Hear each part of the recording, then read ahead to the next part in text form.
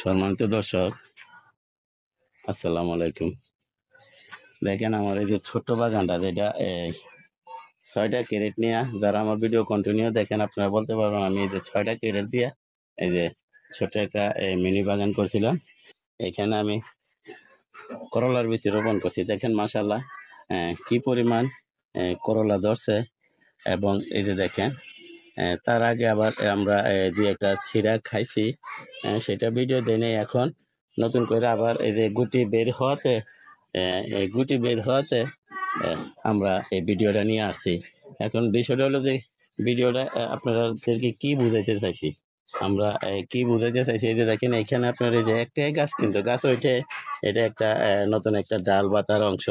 এটার এই গোড়াটা যদি আমরা দেখি, এই যে এটা, এই যে দেখেন এই যে এইটা হলো গোড়াটাতে, এটা এত কিনারে যে আমরা এটা পরিচর্যা করার মতো কোনো ব্যবস্থা নাই। তো এইখানে আমরা কিভাবে পরিচর্যা করলে আমার এই করলাগুলা দ্রুত বড় হবে এবং এরকম বড় হবে, আমরা যদি ভালোভাবে দেখি যে এরকম বড় হবে, তারপর এগুলি বড় হয়ে যাবে ইনশাল্লাহ।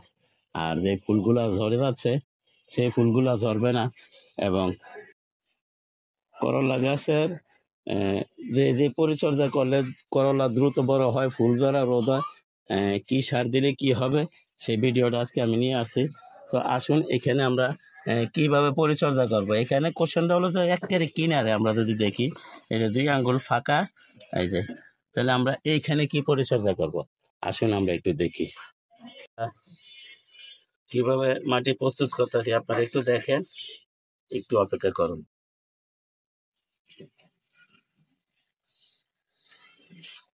দর্শক, এখানে আমরা সামান্য কিছু ড্যাপ সার দিলাম, আপনারা দেখেন। দর্শক, এখানে ইউরিয়া সারের প্রয়োজন পড়ে না, তারপর আমি কয়েক দানা দিলাম, সামান্য একটু দেখেন আপনারা। দর্শক, এখানে একটু পটাশ সার আমরা দিলাম, আপনারা একটু ধৈর্য সহকারে দেখুন। দর্শক, এখানে 1 মুঠো আমরা চাপাতি দিলাম, আমাদের যে অপশিষ্ট ফেলে দেওয়া যে চাপাতিগুলা।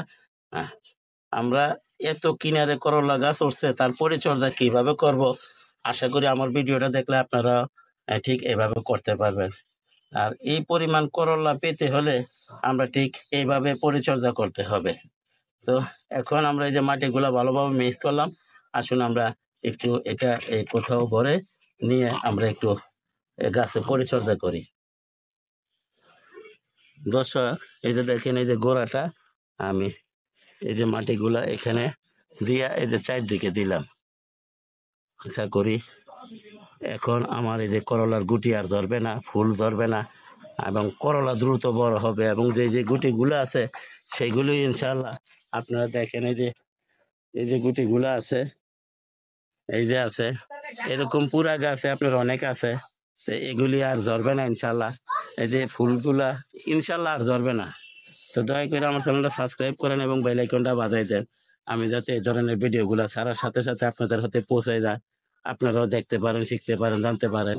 তো সবাইকে ধন্যবাদ জানিয়ে আজকের মতো এখানে রাখি। আসসালামু আলাইকুম ওয়া রাহমাতুল্লাহি ওয়া বারাকাতুহু।